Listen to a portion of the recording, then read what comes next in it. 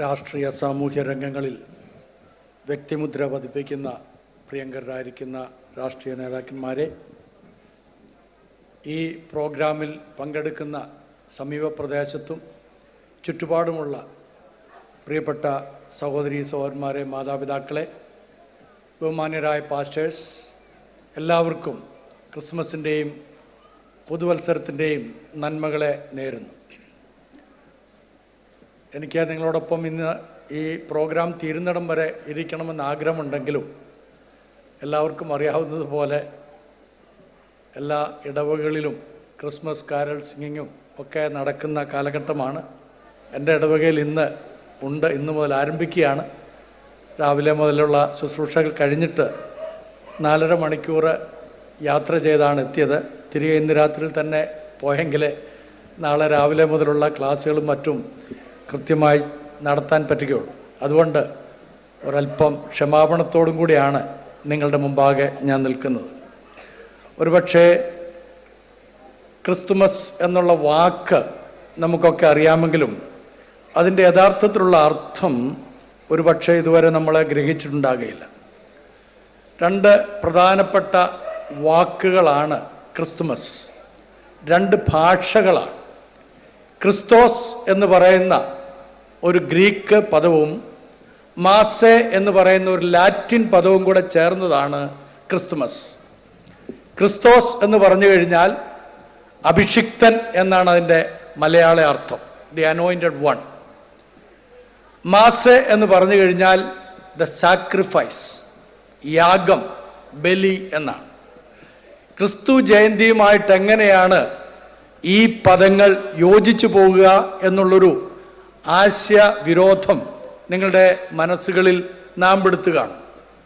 വാസ്തവത്തിൽ യേശു ക്രിസ്തുവിൻ്റെ ജനനം എന്നുള്ളത് അതിനൊരു പ്രീ ഹിസ്റ്ററി ഉണ്ട്, ഒരു പൗരാണികമായ ചരിത്രമുണ്ട്.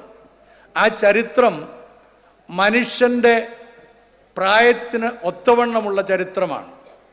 നമുക്കറിയാം, ദൈവം മനുഷ്യനെ തൻ്റെ സ്വരൂപത്തിലും സാദൃശ്യത്തിലും സൃഷ്ടിച്ചു എന്നാണ് സ്ക്രിപ്ചർ അഥവാ തിരുവചനം രേഖപ്പെടുത്തിയിരിക്കുന്നത്. തനാക്ക് എന്ന് പറയുന്നത് തോറ, നാബീം, കെത്തുബ്യം, ഇവ 3 കൂടെ ചേർന്നാണ് തനാക്ക്. അത് യഹൂദന്മാരുടെ ഗ്രന്ഥമാണ്. യഹൂദന്മാരുടെ ഗ്രന്ഥമാണ് ആധികാരികമായി ലോകത്തിൽ ഇന്നയോളം കാലത്ത് എഴുതിയിരിക്കുന്ന ദൈവശാസ്ത്രപരമായിട്ടുള്ള ഗ്രന്ഥമായി ലോകം അംഗീകരിച്ചിരിക്കുന്നത്. അപ്പോൾ ആ ഗ്രന്ഥത്തിൽ ആദ്യ പുസ്തകമായിരിക്കുന്ന ഉൽപ്പത്തി പുസ്തകം 3-ാം അധ്യായത്തിലാണ് ആദ്യത്തെ പ്രഭാഷണം, ലോകത്തോടുള്ള ഒരു പ്രസംഗം, ഞാനിപ്പോൾ സംസാരിക്കുന്ന പോലെയുള്ള ഒരു പ്രഭാഷണം ആരംഭിച്ചത്. ആ പ്രഭാഷണം നടത്തിയത് ഈ സകല ചരാചരങ്ങളും, ഈ ലോകത്തിലുള്ള മാനവരെല്ലാം ദൈവമേ എന്ന് വിളിക്കുന്നവനായ ആ ദൈവമാണ്. ആ ദൈവം, പിതാവായ ദൈവം, ഈ ലോകത്തിൽ സംഭവിക്കാൻ പോകുന്ന വലിയ ഒരു സംഭവത്തെക്കുറിച്ചുള്ള ആദ്യത്തെ പ്രസംഗം, ആ പ്രസംഗത്തെ അല്ലെങ്കിൽ ആ ഒരു സന്ദേശത്തെ കൃത്യമായി പറഞ്ഞു കഴിഞ്ഞാൽ ദാറ്റ് ഈസ് എ ഗോസ്പൽ, അതൊരു സുവിശേഷമാണ്. സുവിശേഷം എന്ന് പറഞ്ഞു കഴിഞ്ഞാൽ നല്ല വാർത്ത, എല്ലാ മനുഷ്യർക്കും എല്ലാ വ്യക്തികൾക്കും കേൾക്കുവാനും ഗ്രഹിക്കുവാനും അംഗീകരിക്കുവാനും ഉതകുന്ന തരത്തിലുള്ള മനോഹരമായ ഒരു വാർത്തയായിരുന്നു ആ വാർത്ത, സുവാർത്ത. അതിനെയാണ് gospel, go and spell it out എന്ന് നമ്മൾ പറയാറുള്ളത്. അതെന്താണെന്ന് വെച്ച് കഴിഞ്ഞാൽ ഈ ലോകത്തിൽ തന്നെ ഉള്ളവനായ ഒരുവൻ്റെ ജനനത്തെക്കുറിച്ചാണ്. അതിനെക്കുറിച്ച് പിന്നീട് യേശുവിൻ്റെ ശിഷ്യഗണത്തിൽ ഏറ്റവും പ്രായം കൊണ്ട് ഇളയവനായിരുന്ന, യേശുവിൻ്റെ കസിനായിരുന്ന, അല്ലെങ്കിൽ യേശുവിൻ്റെ മാതാവിൻ്റെ സഹോദരി പുത്രനായിരുന്ന യോഹന്നാൻ എന്ന് പറയുന്ന ആ ഒരു വ്യക്തി തൻ്റെ സുവിശേഷം എഴുതുന്ന സമയത്ത് അതിൻ്റെ 1-ാമത്തെ അധ്യായത്തിൻ്റെ 10-ാം വാക്യത്തിൽ ഇങ്ങനെയാണ് രേഖപ്പെടുത്തിയിരിക്കുന്നത്. ആ വചനത്തിൽ പറയുന്നത്, അവൻ ലോകത്തിൽ ഉണ്ടായിരുന്നു, ലോകമോ അവനെ അറിഞ്ഞില്ല, അവൻ ലോകത്തിൽ ഉണ്ടായിരുന്നു. അപ്പോൾ ലോകത്തിൽ ഉള്ള ഒരുവനെക്കുറിച്ച്, ലോകത്തിൽ മനുഷ്യർക്ക് മനസ്സിലാക്കാൻ കഴിയാത്ത ഒരുവനെക്കുറിച്ചുള്ള ആദ്യത്തെ പ്രഭാഷണം ഏദൻ എന്ന് പറയുന്നതായ ഒരു മനോഹരമായ പൂങ്കാവനത്തിലൊരു തോട്ടത്തിൽ വെച്ച് ഈ സകല ചരാചരങ്ങളുടെയും ഉടയവനായിരിക്കുന്നവനായ ദൈവം, നമ്മളൊക്കെ ദൈവമേ എന്ന് വിളിക്കുന്ന ജഗദീശ്വരൻ എന്ന് നമ്മളൊക്കെ വിളിക്കുന്ന ആ ജഗദീശ്വരൻ അരുളി ചെയ്യുകയാണ്. അതെന്താണെന്ന് വെച്ച് കഴിഞ്ഞാൽ, അവൻ ഒരു സ്ത്രീയുടെ സന്തതിയായി നിങ്ങൾക്ക് മനസ്സിലാകത്തക്കവണ്ണം, നിങ്ങളോടൊപ്പം വസിക്കുവാൻ തക്കവണ്ണം, നിങ്ങളുടെ ജീവിതങ്ങളിൽ ഇടപെടുവാൻ തക്കവണ്ണം, നിങ്ങളുടെ ജീവിതക്രമങ്ങളോടൊപ്പം സഞ്ചരിക്കുവാൻ തക്കവണ്ണം അവൻ ജാതം ചെയ്യുമെന്നുള്ള ആദ്യത്തെ സന്ദേശം, അതാണ് സുവിശേഷമായി ലോകത്ത് ആദ്യമായി പ്രഖ്യാപിക്കപ്പെട്ടിരിക്കുന്നത്. പിന്നീട് കാണുന്ന തനാക്കിലെ നാബീമിലും ആയിരുന്നാലും കെത്തൂബ്യം എന്ന് പറയുന്നതായ രേഖകളിലൊക്കെയും ഈ വരുവാനുള്ള രക്ഷകനെ കുറിച്ചുള്ള, ഈ അനോയിന്റഡ് വണ്ണനായിട്ടുള്ള അല്ലെങ്കിൽ അഭിഷേകം ചെയ്യപ്പെട്ടവനെ കുറിച്ചുള്ള വലിയ മനോഹരമായ സംഭവങ്ങളാണ് രേഖപ്പെടുത്തിയിരിക്കുന്നത്. അപ്പോൾ നിങ്ങൾ ചോദിച്ചേക്കാം, അങ്ങനെയാണെങ്കിൽ ദൈവം ആദ്യമേ ദൈവത്തെക്കുറിച്ച് തന്നെയല്ലേ പ്രഖ്യാപിക്കേണ്ടത്? അതിന് ശേഷമല്ലേ വരുവാനുള്ള അഭിഷിക്തനെ കുറിച്ച് പറയേണ്ടുന്നത്? ദൈവം വാസ്തവത്തിൽ താൻ ഉള്ളത് കൊണ്ടാണ് തന്നിൽ നിന്നുള്ളവനെ ലോകത്തിലേക്ക് അയക്കും എന്ന് വളരെ കൃത്യമായിട്ട് പറഞ്ഞത്. താൻ ആയിരിക്കുന്നവനാണ്, താൻ എക്കാലവുമുള്ളവനാണ്, എന്നേക്കും ജീവിക്കുന്നവനാണ്. അതുകൊണ്ട് തന്നെ തന്നിൽ നിന്നുള്ളവനെ ഈ ലോകത്തിലേക്ക് അയക്കുമെന്നുള്ള ആ വലിയ സദ്വർത്തമാനം, അതുകൊണ്ടാണ് അവൻ ഈ ലോകത്തിലേക്ക് മാനവ വേഷമെടുത്ത്, മനുഷ്യ വേഷമെടുത്ത് വന്നത്. ഞാൻ സൂചിപ്പിക്കുകയുണ്ടായി, ദൈവം മനുഷ്യനെ സൃഷ്ടിച്ചത് ദൈവത്തിൻ്റെ സ്വരൂപത്തിലും സാദൃശ്യത്തിലുമാണ്. എന്താണ് ആ സ്വരൂപവും സാദൃശ്യവും? 3 വിശേഷപ്പെട്ട ഗുണങ്ങളാണ് ദൈവം മനുഷ്യനെ സൃഷ്ടിച്ചപ്പോൾ മനുഷ്യർക്ക് നൽകിയത്. നമുക്കറിയാം, ഈ ലോകത്തിൽ കാണുന്ന സകല ചരാചരങ്ങളെയും ഉണ്ടാകട്ടെ എന്ന് ഉച്ചരിച്ചപ്പോൾ ഇല്ലായ്മയിൽ നിന്ന് ഉളവാക്കുവാൻ കഴിവുള്ളവനായ ദൈവം അവയെല്ലാം സൃഷ്ടിച്ചു. അവയെല്ലാം തൻ്റെ ശബ്ദത്തിൻ്റെ ശക്തിയാൽ രൂപപ്പെട്ടതാണ്. ഇന്നും എന്തെല്ലാം ലോകത്തിൽ ഉരുവാക്കപ്പെടുന്നുണ്ടോ അതൊക്കെയും തന്നെ അന്ന് ഉച്ചരിച്ചതായ ശബ്ദത്തിൻ്റെ ശക്തി ഇന്നും പ്രവർത്തിക്കുന്നു എന്നുള്ളതിൻ്റെ ആധികാരികമായ രേഖകളാണ്. ഇന്ന് ലോകത്തിൽ സംഭവിച്ചുകൊണ്ടിരിക്കുന്ന സകല സൃഷ്ടിപ്പും അന്ന് ദൈവം ഉച്ചരിച്ചതായ ആ വാക്കുകളുടെ ശക്തിയാൽ രൂപപ്പെട്ടുകൊണ്ടിരിക്കുകയാണ്. അങ്ങനെയുള്ളവൻ മനുഷ്യനെ മാത്രം അതിന് വിപരീതമായി തൻ്റെ സ്വരൂപത്തിലും സാദൃശ്യത്തിലും സൃഷ്ടിക്കണമെങ്കിൽ ദൈവത്തിന് പ്രത്യേകമായ ചില ഉദ്ദേശങ്ങൾ ഉണ്ടായിരിക്കണം. തീർച്ചയായിട്ടും ഉണ്ടായിരുന്നു. What was the special purpose of creating the human being in his image and likeness? ദൈവത്തിൻ്റെ സ്വരൂപത്തിലും സാദൃശ്യത്തിലും മനുഷ്യനെ പ്രത്യേകമായി സൃഷ്ടിക്കുവാൻ തക്കവണ്ണമുള്ള ദൈവത്തിൻ്റെ ഉദ്ദേശം എന്തായിരുന്നു? ഒറ്റ കാര്യമേ ഉള്ളൂ, ദൈവത്തിന് ഒരു സഖിത്വം തൻ്റെ ജനവുമായിട്ട് വേണമായിരുന്നു. താൻ സൃഷ്ടിച്ച സകല ചരാചരങ്ങളിൽ നിന്നും വ്യത്യസ്തനായിക്കൊണ്ട് ദൈവം മനുഷ്യനെ സൃഷ്ടിച്ചത് മനുഷ്യനും ദൈവവും തമ്മിലുള്ള ആ സഖിത്വം നിലനിർത്തുവാൻ വേണ്ടിയിട്ടാണ്. അങ്ങനെ തന്നെ സ്ക്രിപ്ചർ അഥവാ തിരുവെഴുത്ത് വളരെ കൃത്യമായിട്ട് പറയുന്നുണ്ട്. ദാവീദ് എന്ന് പറയുന്നതായ ഒരു വലിയ രാജാവിനെ കുറിച്ച് നിങ്ങൾക്കൊക്കെ അറിയാം. പ്രത്യേകിച്ച് രാഷ്ട്രീയ സാമൂഹ്യ രംഗങ്ങളിൽ പ്രവർത്തിക്കുന്നവരൊക്കെ പലപ്പോഴും ഉദ്ധരിക്കാറുള്ള ഒരു വ്യക്തിയാണ് ദാവീദ്. കാരണം മല്ലനായിരിക്കുന്ന ഗോലിയാത്തിനെ പരാജയപ്പെടുത്തിക്കൊണ്ട് ചെറുബാലനായിരിക്കുന്ന അട്ടടയനായിരുന്നവൻ ശക്തി ആർജിച്ചത് തങ്ങളുടെ ജീവിതത്തിലും വലിയ മല്ലന്മാരെയൊക്കെ പരാജയപ്പെടുത്തിക്കൊണ്ടാണ് തങ്ങളും വിജയശ്രീലാളിതകളായി തീരുന്നത് എന്നവര് സ്വയം ദാവീദുമായിട്ട് താരതമ്യപ്പെടുത്താറുണ്ട്. അങ്ങനെയുള്ള ആ ദാവീദ് തൻ്റെ കീർത്തനം എഴുതുന്ന സമയത്ത് തൻ്റെ ഗാനം, ഇവിടെ മനോഹരമായ ഗാനം എഴുതുകയും അത് ആലപിക്കുകയും ചെയ്തു. മനോഹരമായ പാട്ടുകൾ ഇവിടെ പാടി അതെനിക്ക് പൂർണ്ണമായിട്ട് ഉൾക്കൊള്ളാൻ ഇടയായിത്തീർന്നു. കാരണം എനിക്കൊരു ഹാർട്ടിൻ്റെ പ്രോബ്ലം ഉള്ള വ്യക്തിയാണ്. അതുകൊണ്ട് ഓരോ സ്പന്ദനവും എൻ്റെ ഹൃദയത്തെ തന്നെ സ്പന്ദിപ്പിക്കുന്നതായിരുന്നതുകൊണ്ട് എനിക്കത് പൂർണ്ണമായിട്ട് ഉൾക്കൊള്ളാൻ കഴിഞ്ഞു. മനോഹരമായ ഗാനങ്ങളായിരുന്നു. അപ്പോൾ ആ ഗാനങ്ങളൊക്കെ ചമച്ചതുപോലെ ദാവീദും താനൊരു മനോഹരമായ പാട്ടെഴുതിയപ്പോൾ അതിനകത്ത് 24-ാമത്തെ കീർത്തനത്തിൽ 15-ാം വാക്യത്തിൽ പറയുകയാണ്, യഹോവയ്ക്ക് തൻ്റെ ഭക്തന്മാരോട് സഖിത്വമുണ്ട്. അപ്പോൾ ദൈവത്തിന് ജനങ്ങളുമായിട്ട് സഖിത്വം വേണം. സഖിത്വം വേണമെങ്കിൽ മനുഷ്യൻ മറ്റെല്ലാ ജീവജാലങ്ങളിൽ നിന്നും വ്യത്യസ്തനായിരിക്കണം. അങ്ങനെ വ്യത്യസ്തനാകണമെങ്കിൽ മനുഷ്യനിൽ പ്രധാനമായ ചില ഗുണാവിശേഷങ്ങൾ ഉണ്ടായിരിക്കണം. നമുക്കറിയാം, ഇന്ന് നമ്മുടെ സയൻസിൽ അല്ലെങ്കിൽ ശാസ്ത്രത്തിലൊക്കെ പല ആളുകളും ക്ലെയിം ചെയ്യുന്നത് ഈ ക്രിയേഷൻ തിയറി അല്ലെങ്കിൽ സൃഷ്ടിവാദം എന്ന് പറയുന്നത് അത് കേവലം അന്ധവിശ്വാസമാണ്. ഇവല്യൂഷൻ അല്ലെങ്കിൽ പരിണാമമാണ് ശരിയായിട്ടുള്ളത്. ഈ അടുത്ത സമയത്ത് അതിനെക്കുറിച്ച് ഒരുപാട് ഡിബേറ്റുകളൊക്കെ നടക്കുകയുണ്ടായി. പ്രൊഫസർ സി രവീന്ദ്രൻ മാസ്റ്റർ ഞാനും കൂടെ നമ്മുടെ കൊറോണ കാലഘട്ടത്തിൽ ഒരു ഡിബേറ്റിന് വേണ്ടിയിട്ടുള്ള എല്ലാ അരങ്ങുകളും ഒക്കെ രേഖപ്പെടുത്തി വന്നു. പക്ഷേ അദ്ദേഹം എന്നോട് പറഞ്ഞു, എനിക്ക് ഈ പ്രൊജക്ടർ LCD പ്രൊജക്ടർ ഉപയോഗിക്കാൻ അറിയുകയില്ല, അല്ലെങ്കിൽ ഞാൻ ഉപയോഗിക്കാറില്ല. അതുകൊണ്ട് LCD പ്രൊജക്ടർ ഉപയോഗിക്കാൻ പാടില്ല. ശാസ്ത്ര വിഷയങ്ങളെ ലോകത്തോട് പരിചയപ്പെടുത്തുമ്പോൾ 21ാം നൂറ്റാണ്ടിൽ ശാസ്ത്രം തങ്ങളുടെ സ്വന്തമാണെന്ന് എപ്പോഴും ചിന്തിച്ചുകൊണ്ടിരിക്കുന്ന നിരീശ്വരവാദികളുടെ നവനാസ്തികരുടെ തലവനായിരിക്കുന്ന പ്രൊഫസർ സി രവീന്ദ്രൻ മാസ്റ്റർ പറയുകയാണ്, അങ്ങും ഉപയോഗിക്കാൻ പാടില്ല LCD പ്രൊജക്ടർ. എങ്ങനെയുണ്ട്? അപ്പോൾ അദ്ദേഹത്തിന് ആ ഒരു ഡിബേറ്റിന് താല്പര്യമില്ലാഞ്ഞുകൊണ്ട് പിന്മാറി.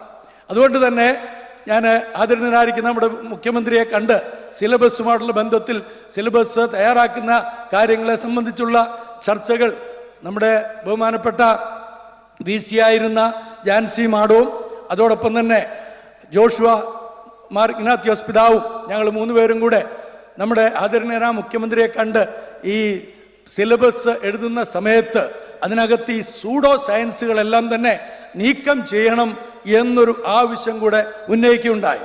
അദ്ദേഹം അതിന് SCRT-യുമായിട്ട് ബന്ധപ്പെടുവാനുള്ള ക്രമീകരണങ്ങൾ ചെയ്തു. അതിൻ്റെ ചർച്ചകളൊക്കെ നടന്നുകൊണ്ടിരിക്കുകയാണ്. ഇന്ന് ലോകം ഏറ്റവും അധികം അനുധാവനം ചെയ്യുന്നത് സൂഡോ സയൻസാണ്. ശാസ്ത്രം യഥാർത്ഥമായിട്ടുള്ളതാണ്, അത് ആരുടെയും കുത്തകയല്ല. ആ ശാസ്ത്രത്തിൻ്റെ ശരിയായ ദിശ മനുഷ്യർക്ക് മനസ്സിലാക്കി കൊടുക്കുവാൻ തക്കവണ്ണം ദൈവവിശ്വാസികളായിട്ടുള്ള നിരവധി ശാസ്ത്രജ്ഞന്മാർ അഹോരാത്രം അധ്വാനിച്ചതിൻ്റെ ഫലമായിട്ടാണ് ഇന്നും ശാസ്ത്രം നിലനിൽക്കുകയും അത് വർദ്ധിച്ചു വരികയും ചെയ്യുന്നതിന് യാതൊരു സംശയമില്ല. 65% ശാസ്ത്രജ്ഞന്മാരും ദൈവവിശ്വാസികളാണ്. കേവലം 35% വളരെ തുച്ഛം മാത്രമേ യഥാർത്ഥത്തിലുള്ള നിരീശ്വരവാദമായിട്ട് നടക്കുന്നുള്ളൂ. നിങ്ങൾക്കറിയാവുന്ന പോലെ റിച്ചാർഡ് ഡോങ്കിൻസിനെ പോലുള്ള നവനാസ്തികർ, അങ്ങനെയുള്ള കുറച്ചാളുകൾ മാത്രം. എന്നാൽ ബാക്കിയുള്ള ശാസ്ത്രജ്ഞന്മാരാകട്ടെ അവർ അഗ്നോസ്റ്റിക്സാണ്. അഥവാ അവർക്ക് ദൈവമുണ്ടോ ഇല്ലയോ എന്നുള്ളത് അവരുടെ വിഷയമല്ല. ദൈവമുണ്ടെങ്കിൽ ദൈവത്തിൻ്റെ പണി ദൈവം നോക്കിക്കോട്ടെ, ഞങ്ങളുടെ പണി ഞങ്ങൾ നോക്കിക്കോളാം എന്ന് വിശ്വസിക്കുന്ന ആളുകളാണ്. അപ്പം അങ്ങനെയുള്ള ആളുകളും ദൈവവിശ്വാസികളായിട്ടുള്ള ആളുകളും വിശ്വാസം ഇല്ലാത്ത ആളുകളുമൊക്കെ ആശ്രയിക്കുന്ന ശാസ്ത്രം ഇന്ന് പുരോഗമനത്തിലേക്ക് വരുമ്പോൾ ആളുകൾ ധരിക്കുന്നത് ശാസ്ത്രജ്ഞനാകുക എന്ന് പറഞ്ഞു കഴിഞ്ഞാൽ ഈ കാണുന്ന പ്രപഞ്ചത്തെ സൃഷ്ടിച്ചവനായ ദൈവത്തെ തിരസ്കരിക്കണം, ദൈവവുമായിട്ട് ബന്ധം വേണ്ട എന്നുള്ള ഒരു ചിന്തയാണ്. അത് യുക്തിവാദമല്ല, അത് നിരീശ്വരവാദം എന്നൊക്കെ നമ്മൾ വിളിച്ചാലും അത് ശരിക്കും ഒരു അന്ധവിശ്വാസമാണ്. അതിൻ്റെ കാരണം എന്താണെന്ന് വെച്ച് കഴിഞ്ഞാൽ ഈ ലോകമുണ്ടായിട്ട് 500 ചില്ലുവാനും കോടി വർഷങ്ങളായി എന്ന് വിശ്വസിക്കാൻ തക്കോണം അത്രമാത്രം വിശ്വാസം ഉള്ളവർക്ക് മാത്രമേ ഒരു നിരീശ്വരവാദിയായിട്ടിരിക്കാൻ കഴിയുകയുള്ളൂ. സാധാരണ ദൈവവിശ്വാസിക്ക് ദൈവമുണ്ടെന്ന് വിശ്വസിക്കാനും ദൈവത്തോട് ചേർന്ന് ജീവിക്കാനും ഒരല്പം വിശ്വാസം മതി. എന്നാൽ ഒരു നിരീശ്വരവാദിയെ സംബന്ധിച്ച് അവനൊരു നിരീശ്വരവാദിയാകണമെങ്കിൽ അവനായിരിക്കണം ഏറ്റവും വലിയ വിശ്വാസി. അവൻ്റെ വിശ്വാസത്തിൻ്റെ അളവുകോല് ദൈവവിശ്വാസികളുടെ അളവുകോലിനേക്കാളും എത്രയോ ദശലക്ഷക്കണക്കിന് മീറ്ററുകൾക്കപ്പുറത്തായിരിക്കണം. അപ്പം അതുകൊണ്ട് എന്നെ സംബന്ധിച്ചിടത്തോളം ദൈവമുണ്ടെന്ന് വിശ്വസിക്കുന്നതിലാണ് എനിക്ക് താല്പര്യം. കാരണം ഒരു ചെറിയ വിശ്വാസം മതി. എന്നാൽ ഒരു നിരീശ്വരവാദിയായിട്ട് എനിക്ക് കഴിയണമെങ്കിൽ എൻ്റെ വിശ്വാസം ഒരുപാട് ആഴത്തിലേക്ക് പോകണം. അതിനെനിക്ക് തയ്യാറല്ലാത്തതുകൊണ്ട് ഞാനൊരു ദൈവവിശ്വാസിയാണ്.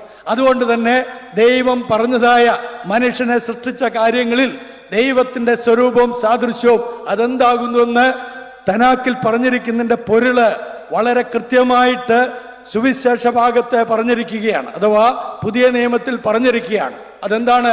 3 പ്രത്യേകമായ ഗുണങ്ങളാണ് മനുഷ്യനെ ദൈവം സൃഷ്ടിച്ചപ്പോൾ മനുഷ്യന് നൽകിയത്.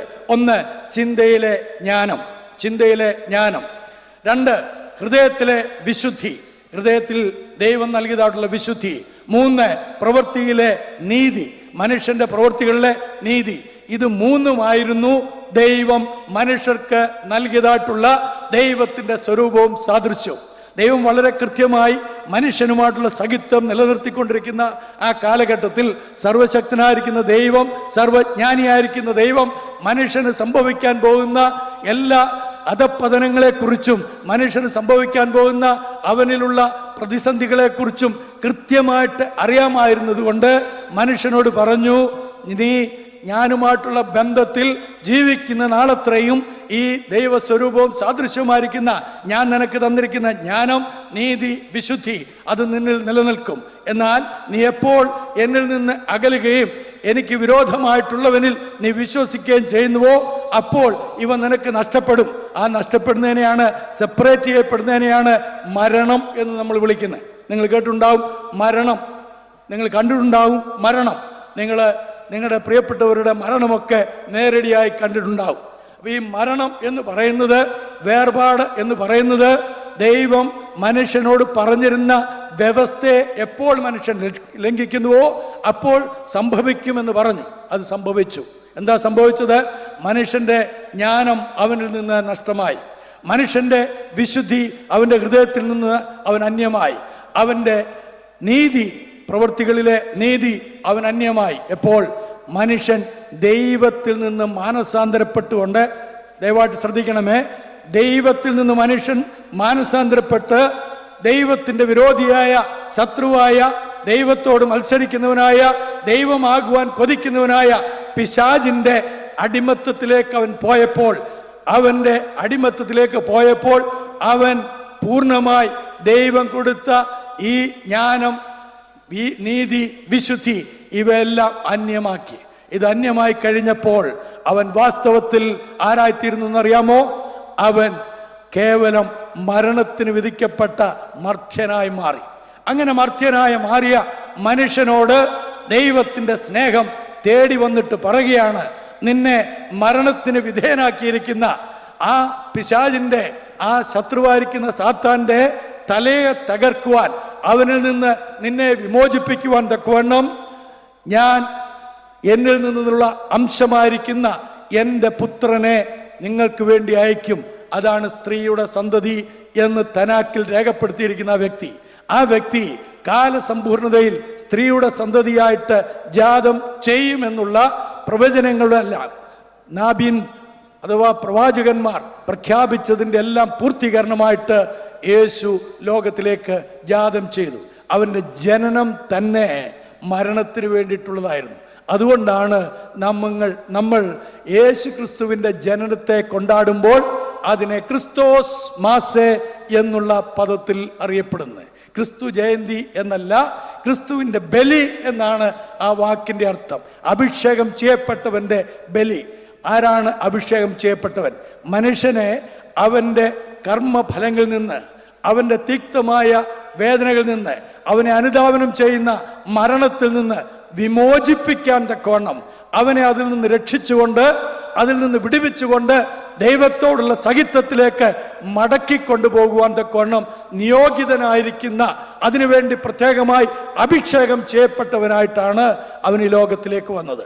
ഈ മശിഹായിക്ക് 3 പ്രത്യേകമായ ഓഫീസുകൾ ഉണ്ടായിരിക്കും, അല്ലെങ്കിൽ പ്രത്യേക പ്രവർത്തന മേഖലകൾ ഉണ്ടായിരിക്കും എന്ന് പ്രവാചകന്മാരിലൂടെ, അതോടൊപ്പം തന്നെ മറ്റുള്ള ദൈവം തെരഞ്ഞെടുത്ത പുരോഹിത ഗണത്തിലൂടെ, അതോടൊപ്പം തന്നെ ദൈവം തെരഞ്ഞെടുത്ത ബാക്കിയുള്ള പ്രവചനങ്ങൾ പറയുന്നതായിട്ടുള്ള ആളുകളുടെ കൃത്യമായിട്ട് രേഖപ്പെടുത്തിയിരുന്നു. അപ്പൊ പിശാചിന്റെ അടിമകളായിരിക്കുന്ന ഏതൊരു വ്യക്തിക്കും ഒരു രക്ഷിതാവിന് അനിവാര്യമാണ്. ആ രക്ഷിതാവ് വന്നുവെന്ന് കേൾക്കുമ്പോൾ തീർച്ചയായിട്ടും അവന്റെ ജീവിതത്തിൽ സന്തോഷിക്കുവാനായിട്ട് സാധിക്കും. അതാണ് ദൂതവൃന്ദങ്ങൾ പറഞ്ഞത്, സർവ്വ ലോകത്തിനും സർവ്വജനതയ്ക്കും ഉണ്ടാകുവാനുള്ള മഹാസന്തോഷം ഞാൻ നിങ്ങളോട് സുവിശേഷിക്കുന്നു, ഞാൻ നിങ്ങളോട് സദ്വർത്തമാനമായി പറയുന്നു. പിതാവായ ദൈവം ഏദൻ തോട്ടത്തിൽ വെച്ച് അരുളി ചെയ്തതായിട്ടുള്ള ദൈവത്തിന്റെ വാക്കുകളെല്ലാം അരുളപ്പാടുകളാണ്. ആ അരുളപ്പാടിനെ പൂർത്തീകരിച്ചുകൊണ്ട് ഇതാ രക്ഷകൻ മശിഹ, അഭിഷേകം ചെയ്യപ്പെട്ടവൻ, രാജാതി രാജാവ്, പുരോഹിതന്മാരുടെ പൗരോഹിത്യത്തിന്റെ പൂർണ്ണത, ഇതാ പ്രവാചകന്മാരുടെ എല്ലാം പ്രവചനത്തിന്റെ പൂർത്തീകരണമായിരിക്കുന്ന മശിഹ ജാതം ചെയ്തിരിക്കുന്നു. അത് ആരോടാ പറഞ്ഞെന്ന് വെച്ച് കഴിഞ്ഞാൽ, സാധാരണഗതിയിൽ നമ്മളൊക്കെ കേട്ടിട്ടുള്ളത് ആട്ടിടയന്മാർ, സാധാരണ പാവപ്പെട്ടവരാണ്, അവരിങ്ങനെ വീടുകളൊക്കെ വിട്ട് വേറെ വെളിമ്പ്രദേശത്ത് കഴിയുന്നവരാണ്, രാത്രിയിലാണ് യേശു ജാതം ചെയ്ത് എന്നൊക്കെയാണ്. അങ്ങനെയല്ല വിശുദ്ധ ബൈബിളിൽ രേഖപ്പെടുത്തിയിരിക്കുന്നത്. ആ കാര്യങ്ങൾ നിങ്ങൾക്ക് വേണ്ടിയിട്ട് ഞാനൊന്ന് തിരുത്തി പറയാനായിട്ട് ആഗ്രഹിക്കുക. ബൈബിളിൽ എഴുതിയിരിക്കുന്ന പോലെ അവിടെ യേശു രാത്രിയിൽ ജാതം ചെയ്തു എന്ന് പറഞ്ഞിട്ടില്ല. യേശു ജനിച്ചതിന് ശേഷം രാത്രിയിൽ ആട്ടിടയന്മാരോട് ദൂതൻ വന്ന് പറയുന്നതാണ്. അപ്പോൾ യേശു ജനിച്ചത് വഴിയമ്പലത്തിൽ സ്ഥലമില്ലാഞ്ഞതുകൊണ്ട് പശുത്തൊഴുത്തിൽ അവനെ കിടത്തി എന്നാണ് രേഖപ്പെടുത്തിയിരിക്കുന്നത്. പശുത്തൊഴുത്തിലല്ല യേശു പിറന്നത്. അവന് വഴിയമ്പലത്തിൽ സ്ഥലമില്ലാഞ്ഞതുകൊണ്ടാണ് പശുത്തൊഴുത്തിൽ കിടത്തേണ്ടി വന്നത്, അല്ലെങ്കിൽ പശുത്തൊട്ടിയിൽ അവനെ കിടത്തിയത് അതുകൊണ്ടാണ്. എന്നാൽ രാത്രിയിൽ ദൂതന്മാർ വന്നിട്ട് വളരെ കൃത്യമായിട്ട് ഇടയന്മാരോട് പറയുകയാണ്. ഈ ഇടയന്മാർ ആരാണെന്ന് അറിയണ്ടേ? ആ ഇടയന്മാരെ കുറിച്ചുള്ളൊരു പഠനം നടത്തുമ്പോഴാണ് അതിൻ്റെ മനോഹരത്വം അറിയാനായിട്ട് സാധിക്കുന്നത്. ഞാൻ ബെത്ലഹേമിലൂടെ പഠനത്തിന് വേണ്ടി കടന്നുപോയ സമയത്ത് ഒരു കൊച്ചു ബാലൻ, ഒരു 8 വയസ്സുകാരൻ, അവന് ഒരു നീണ്ട കുപ്പായം, ഇതിനെ ഇത്രയും വലുപ്പമില്ല, മുട്ടോളം ഉള്ള ഒരു ഉടുപ്പ്, ആ ഉടുപ്പിൻ്റെ ഇതേപോലെ ഒരു ചരട് അവൻ കെട്ടിയിട്ടുണ്ട്. അവൻ്റെ തോളിൽ ഒരു കുഞ്ഞാട്, ഒരു ആട്ടിൻകുട്ടിയും ഏന്തിക്കൊണ്ട് അവൻ പോകുന്നത് കണ്ടു. അത് പോകുന്ന സമയത്ത് എനിക്ക് അവൻ്റെ ഭാഷ അറിഞ്ഞുകൂടായിരുന്നു. ഞാൻ അവൻ്റെ പിന്നാലെ കുറച്ച് ദൂരം നടന്നു. അവൻ എന്തൊക്കെയോ ഈ ആട്ടിൻകുട്ടിയോട് സംസാരിക്കുന്നത് കേട്ടു. ഞാൻ ആ സമയത്ത് എൻ്റെ മനസ്സിൽ കൂടെ വന്ന ആ ചിന്ത നിങ്ങളുമായിട്ട് പങ്കുവെക്കുകയാണ്. അതിങ്ങനെയായിരുന്നു: ഇതുപോലെയാണ് എന്നെയും നിങ്ങളെയും തോളിൽ ഏറ്റുവാൻ തക്കവണ്ണം ഇടയന്മാരുടെ എല്ലാം ഇടയനായിരിക്കുന്നവൻ ഈ ലോകത്തിലേക്ക് ജാതം ചെയ്തത്. അവൻ ഇടയന്മാരുടെ എല്ലാം ഇടയനാണ്. എന്തിനാണെന്ന് വെച്ച് കഴിഞ്ഞാൽ, കാണാതെ പോയിരുന്ന, ദൈവത്തിൽ നിന്ന് അന്യപ്പെട്ടു പോയിരുന്ന എന്നെയും നിങ്ങളെയും അവൻ്റെ തോളിൽ ഏറ്റിക്കൊണ്ട് മടക്കി ദൈവത്തിൻ്റെ അടുക്കിലേക്ക്, പിതാവിൻ്റെ അടുക്കിലേക്ക് നമ്മളെ കൊണ്ടെത്തിക്കാൻ വേണ്ടി അവനൊരു ഇടയനായിട്ട് ഈ ലോകത്തിലേക്ക് ഇറങ്ങി വന്നു എന്നുള്ളതാണ് യാഥാർത്ഥ്യം. അങ്ങനെയുള്ള ഇടയന്മാരുടെ എല്ലാം ഇടയനായിരിക്കുന്നവൻ അവൻ്റെ ജനനത്തെക്കുറിച്ച് ഇടയന്മാരോട് പറഞ്ഞപ്പോൾ ആ ഇടയന്മാർ സാധാരണ ഇടയന്മാരായിരുന്നില്ല. അതെല്ലാം തന്നെ പ്രീസ്റ്റ്ലി ഷെപ്പേർഡ്സ് എന്നാണ് യഹൂദന്മാർ അവരുടെ ഗ്രന്ഥത്തിൽ തൽമൂദിൽ രേഖപ്പെടുത്തി വച്ചിരിക്കുന്നത്. തനാക്കിൻ്റെ വ്യാഖ്യാന ഗ്രന്ഥമായിരിക്കുന്ന തൽമൂദിൽ അവർ വളരെ കൃത്യമായിട്ട് രേഖപ്പെടുത്തിയിരിക്കുന്നത്, യെരുശലേം ദേവാലയത്തിൽ എല്ലാ പെസഹായ്ക്കും പ്രത്യേകമായ ബലിയർപ്പണത്തിനായി ചില മൃഗങ്ങൾ ആവശ്യമാണ്. അത് കുഞ്ഞാടാണ്. 1 വയസ്സ് പ്രായമുള്ള ഒരു കുഞ്ഞാടായിരിക്കണം. ആ കുഞ്ഞാടിന് ഊനം പാടില്ല, യാതൊരു വിധത്തിലുള്ള ന്യൂനതകളും പാടില്ല, ഒരു കുറവുകളും പാടില്ല. അതുകൊണ്ട് തന്നെ അങ്ങനെ ജനിക്കപ്പെടേണ്ടുന്ന കുഞ്ഞാടുകളെ അല്ലെങ്കിൽ ആട്ടിൻകുട്ടികളെ ശുശ്രൂഷിക്കാൻ വേണ്ടിയിട്ട്, അതിനുവേണ്ടി ഗർഭിണികളായിരിക്കുന്ന ആടുകളെ പ്രത്യേകമായി സംരക്ഷിക്കാൻ വേണ്ടി ചിലരെ പൗരോഹിത്യ ഗണത്തിൽ നിന്ന് തന്നെ വേർതിരിച്ചിരുന്നു. അവർ വളരെ കൃത്യമായി ന്യായപ്രമാണമൊക്കെ നന്നായിട്ട് അറിയുന്നവരും, അഥവാ മോശ മുഖാന്തരം തനാക്കിൽ രേഖപ്പെടുത്തിയിരിക്കുന്ന കാര്യങ്ങളെ, യഹൂദന്മാരുടെ പാരമ്പര്യങ്ങളെ, ദേവാലയ കർമ്മങ്ങളെ, ദേവാലയത്തിൽ നടത്തേണ്ടുന്നതായ ഓരോ പരിപാടികളെയും ആ പരിപാടികളിലൂടെ എന്താണ് അർത്ഥമാക്കുന്നതെന്നും അതെങ്ങനെയാണ് അവരർപ്പിക്കുന്ന യാഗങ്ങളെല്ലാം പൂർണ്ണമാകുകയെന്നും ദൈവം എങ്ങനെയാണ് അവയെ സ്വീകരിക്കുക എന്നും വളരെ കൃത്യമായി അറിയുന്നതായിട്ടുള്ള ആളുകളായിരുന്നു ഈ പ്രീസ്റ്റ്ലി ഷെപ്പേർഡ്സ്, അല്ലെങ്കിൽ ഈ പുരോഹിത ഇടയന്മാർ എന്ന് പറയുന്നത്. അപ്പോൾ അവർ സാധാരണക്കാരായ ഇടയന്മാരല്ല. അവർക്കറിയാം ആടുകളുടെ പ്രസവ സമയം എപ്പോഴാണെന്നും അങ്ങനെ പ്രസവിക്കുമ്പോൾ ഓരോ ആട്ടിൻകുട്ടിയെയും അവർ പ്രത്യേകമായിട്ട് മാറ്റിവെക്കും. എന്തിനാണെന്ന് വെച്ച് കഴിഞ്ഞാൽ, അവയ്ക്ക് യാതൊരു വിധത്തിലുള്ള ന്യൂനതയും പാടില്ല. അവയെ പ്രസവിച്ചിടുമ്പോൾ ഏതെങ്കിലും ഇഴജന്തു വന്ന് അവയെ നക്കാനോ അല്ലെങ്കിൽ അവയെ കടിക്കാനോ അവയ്ക്ക് എന്തെങ്കിലും പ്രത്യേകമായ പ്രയാസങ്ങൾ ഉണ്ടാക്കാനോ പാടില്ല എന്നുള്ളത് കൊണ്ട് അവരൊരു ശീലയും തങ്ങളുടെ കൈകളിൽ ഏന്തിക്കൊണ്ട് ഈ ആടുകൾ അല്ലെങ്കിൽ ഈ പ്രസവിക്കുന്നതായിട്ടുള്ള ഈ കുഞ്ഞാടുകൾ, പെണ്ണാടുകൾ പ്രസവിക്കുമ്പോൾ അവയ്ക്ക് സമീപത്തുണ്ടാകും. അതിൻ്റെ പ്രസവ സമയത്ത് ഈ ഇടയന്മാർ കൃത്യമായി അവയെ സംരക്ഷിക്കുകയും അവയെ തുടച്ച് ഉപ്പ് കൊണ്ടൊക്കെ നല്ലവണ്ണം വൃത്തിയാക്കിയിട്ട് കാലും കൈയുമൊക്കെ ശീല വെച്ച് പൊതിഞ്ഞ് പ്രത്യേകമായി അതിനെ മാറ്റിക്കിടത്തുകയും ചെയ്യും. അതുകൊണ്ട് ഇടയന്മാരുടെ മനസ്സിൽ ഓടിയെത്തുന്ന ഒരു വാക്കുണ്ട്: തങ്ങൾ ഏതെങ്കിലും ഒരു ശീല കൊണ്ട് ഏതെങ്കിലും ഒരു ആട്ടിൻകുട്ടിയെ പൊതിഞ്ഞിട്ടുണ്ടെങ്കിൽ ആട്ടിൻകുട്ടി ദൈവത്തിൻ്റെ യാഗപീഠത്തിൽ ഏറ്റവും വിശേഷപ്പെട്ടതായി കാണപ്പെടുമെന്നുള്ള വലിയ ഒരർത്ഥം അവരുടെ അന്തരാത്മാവിൽ കിടപ്പുണ്ട്. അങ്ങനെയുള്ള ആ ഇടയന്മാരുടെ അടുക്കലേക്കാണ് സ്വർഗത്തിൽ നിന്ന് ഇറങ്ങി വന്നവനായിരിക്കുന്ന ഇടയന്മാരുടെ അതിശ്രേഷ്ഠനായിരിക്കുന്ന മഹാ ഇടയനെ കുറിച്ചുള്ള പ്രഖ്യാപനം നൽകുന്നത്. അവർ പറയുകയാണ്, ഇവിടെ പാഠഭാഗമായിട്ട് മകൾ വായിക്കുകയുണ്ടായി, വളരെ കൃത്യമായിട്ട് പറഞ്ഞിരിക്കുന്ന ഭാഗത്ത്, സർവ്വജനത്തിനുണ്ടാകാനുള്ള മഹാസന്തോഷം ഞാൻ നിങ്ങളോട് സുവിശേഷിക്കുന്നു.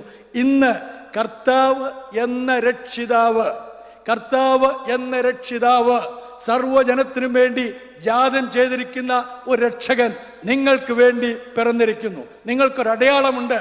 നിങ്ങൾ ആ രക്ഷകനെ തിരിച്ചറിയാൻ കഴിയണമെങ്കിൽ, അവൻ ആടുകളുടെ വലിയ ഇടയനാണെന്നുള്ളത് നിങ്ങൾക്ക് മനസ്സിലാക്കണമെങ്കിൽ നിങ്ങൾ ഒരൊറ്റ നോട്ടം നോക്കിയാൽ മതി. അവനെ ശീലകൾ ചുറ്റി പശുത്തൊഴുത്തിൽ കിടത്തിയിരിക്കുന്നു. എവിടെയാണോ, ഞാൻ അതിൻ്റെ ചരിത്രത്തിലേക്ക് പോകുന്നില്ല, നമ്മൾ പഴയ നിയമം വായിക്കുമ്പോൾ അല്ലെങ്കിൽ തനാക്ക് വായിക്കുമ്പോൾ അതിലെ ഉൽപ്പത്തി പുസ്തകത്തിൽ 29-ാം അധ്യായത്തിൽ ബെത്ലഹേം എന്നുള്ള ആ പദം, ആ പേര് ആദ്യമായിട്ട് അവിടെയാണ് കൊടുത്തിരിക്കുന്നത്. ആ ബേത്ലഹേമിലാണ് യാക്കോബ് എന്ന് പറയുന്ന ഇസ്രായേലിൻ്റെ പൂർവ്വപിതാക്കന്മാരിൽ ഒരുവനായിരിക്കുന്നവൻ്റെ ഏറ്റവും ശ്രേഷ്ഠയായിട്ടുള്ള, ഏറ്റവും സ്നേഹവതിയായിട്ടുള്ള ഭാര്യ റേച്ചൽ മരിച്ചപ്പോൾ അടക്കം ചെയ്തത്. അവളെ അടക്കം ചെയ്തിട്ടുള്ള ആ സ്ഥലത്തിന് പ്രത്യേകമായൊരു പേരുണ്ട്.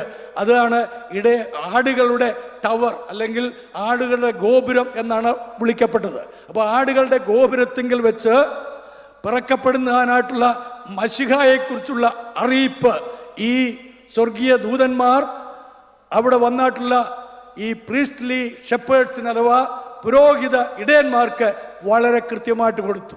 അവരുടനെ തന്നെ ചെല്ലുകയും ഈ മഹാ ഇടയനെ കണ്ട് അവർ ദൈവത്തെ മഹത്വപ്പെടുത്തുകയും ചെയ്തു. നാളുകൾ കഴിഞ്ഞു.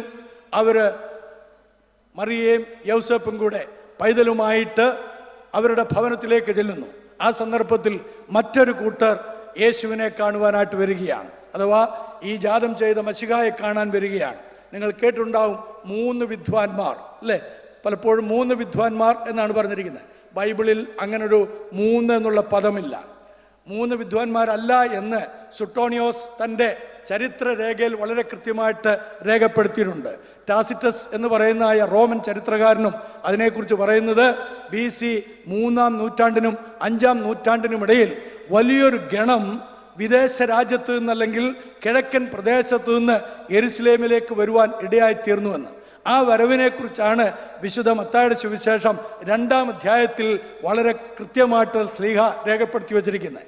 അവിടെ മത്തായി ശ്ലീഹ ഇങ്ങനെയാണ് രേഖപ്പെടുത്തിയിരിക്കുന്നത്: ഹേരോദ രാജാവിൻ്റെ കാലത്ത് യേശു യഹൂദിയയിലെ ബേത്ലഹേമിൽ ജനിച്ച ശേഷം കിഴക്ക് നിന്ന് വിദ്വാൻമാർ വന്നു. വളരെ കൃത്യമായി പഠിക്കേണ്ടുന്നതായ 2 കാര്യങ്ങൾ അതിനകത്തുണ്ട്. ഞാൻ ഒരു ചരിത്ര പഠിതാവാണ്, ഞാനൊരു ചരിത്ര അധ്യാപകനാണ്, ഞാൻ ചരിത്രം പഠിപ്പിക്കുന്ന ഒരു വ്യക്തിയാണ്. ചരിത്രത്തോട് നീതി പുലർത്തണമെന്ന് എപ്പോഴും വിശ്വസിക്കുന്ന ഒരാളാണ്. അതുകൊണ്ട് തന്നെ മറഞ്ഞു കിടക്കുന്ന നമ്മുടെ ഇന്ത്യൻ ചരിത്രം പോലും പലപ്പോഴും ഇങ്ങനെ ചൂഴ്ന്നെടുത്ത് ഈ ചരിത്രത്തെ നമ്മുടെ സമൂഹത്തിൽ പ്രത്യേകിച്ച് കലാലയങ്ങളിലെ വിദ്യാർത്ഥികൾക്ക് കൃത്യമായിട്ട് പറഞ്ഞു കൊടുക്കാൻ വളരെയധികം ജാഗ്രത കാണിക്കുന്നൊരു വ്യക്തിയാണ്. അതുകൊണ്ട് ചരിത്രത്തെ സമീപിക്കുമ്പോൾ സാധാരണ ഞങ്ങൾ സയൻറ്റിഫിക്കായിട്ട് പറയാറുള്ള, ശാസ്ത്രിമാർ പറയാറുള്ള 3 കാര്യങ്ങളുണ്ട്. അതിലൊന്ന്, ഒരു വ്യക്തി ചരിത്ര പുരുഷനാണോ ഇല്ലയോ എന്ന് മനസ്സിലാക്കണമെങ്കിൽ ആ വ്യക്തി ജീവിച്ചിരുന്ന കാലഘട്ടത്തിൽ തന്നോടൊപ്പം ഉണ്ടായിരുന്ന ആളുകൾ ആരൊക്കെയാണ്. 2, ഏത് സാഹചര്യത്തിലാണ് അദ്ദേഹം ജനിച്ചത്, ഏത് കാലഘട്ടത്തിലാണ്, എവിടെയാണ്, അല്ലെങ്കിൽ ജോഗ്രഫിക്കലായിട്ട് ഭൂമിശാസ്ത്രപരമായിട്ട് എവിടെയായിരുന്നു അദ്ദേഹത്തിൻ്റെ പ്രവർത്തന മേഖലകൾ. 3, അദ്ദേഹം ചെയ്ത കാര്യങ്ങൾ, സമൂഹത്തിൽ വരുത്തിയ മാറ്റങ്ങൾ, ഇവ എന്തൊക്കെയായിരുന്നു, ഏതെല്ലാം തരത്തിലാണ്, what was the impact that he could create in the world. ഈ കാര്യങ്ങളെല്ലാം കൃത്യമായി പരിശോധിച്ച് അതിനൊക്കെ ടിക്കിടാൻ സാധിച്ചാൽ മാത്രമേ, ശരി ഉത്തരം ഇടാൻ കഴിയുമെങ്കിൽ മാത്രമേ ആ വ്യക്തിയെ ചരിത്ര പുരുഷനായിട്ട് അംഗീകരിക്കാൻ കഴിയുള്ളൂ. നമ്മുടെ ആദരണീയനായിരിക്കുന്ന പ്രധാനമന്ത്രിജി, ഞാൻ അദ്ദേഹത്തെ ഏറെ ബഹുമാനിക്കുന്നൊരു വ്യക്തിയാണ്. അദ്ദേഹം ഒരിക്കൽ പറഞ്ഞു, എൻ്റെ ഡിഗ്രി എന്ന് പറയുന്നത് ഇതാണ്. അപ്പോൾ ആ ഡിഗ്രി ഏതെല്ലാം കോളേജുകളിൽ പഠിപ്പിക്കുന്നുണ്ട് പരിശോധിച്ചു. അതിനുശേഷം അദ്ദേഹത്തിൻ്റെ കൂടെ ആരൊക്കെ പഠിച്ചു എന്നുള്ളത് പരിശോധിച്ചു. നമുക്ക് ഒന്നും തന്നെ ഉത്തരങ്ങൾ കിട്ടിയില്ല. അപ്പോൾ അതൊരു ചരിത്രപരമായ വസ്തുതയായിട്ട് നമുക്ക് അംഗീകരിക്കാൻ കഴിയുകയില്ല. ഉദാഹരണം പറഞ്ഞെന്ന് മാത്രമേ ഉള്ളൂ, അദ്ദേഹത്തെ കൊച്ചാക്കാൻ പറഞ്ഞതല്ല. ഇങ്ങനെ ചരിത്രത്തെ നമുക്ക് സമീപിക്കാൻ കഴിയുകയില്ല. ചരിത്രത്തെ സമീപിക്കുമ്പോൾ സത്യസന്ധമായിരിക്കണം. യേശുവിൻ്റെ ജനനത്തെക്കുറിച്ചുള്ള ചരിത്രത, വളരെ കൃത്യമായിട്ടുള്ള ചരിത്രപരത നമുക്ക് കാണാൻ സാധിക്കും. എന്താണ്?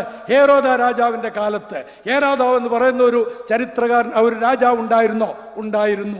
ഇന്നും ടാസിറ്റസിൻ്റെയും ജോസിഫസിൻ്റെയും ഒക്കെ ചരിത്ര പുസ്തകങ്ങൾ വായിച്ചു കഴിഞ്ഞാൽ 1-2 നൂറ്റാണ്ടുകളിലെ BC 1-2 നൂറ്റാണ്ടുകളിലെ ചരിത്രങ്ങളും അതേപോലെ തന്നെ AD എന്ന് പറയുന്ന അനോ ഡോമിനി എന്ന് പറയുന്ന കാലഘട്ടത്തിലെ ചരിത്രങ്ങളും പരിശോധിച്ചാൽ അങ്ങനെയുള്ള രാജാക്കന്മാർ ഭരണം നടത്തിയിരുന്നു.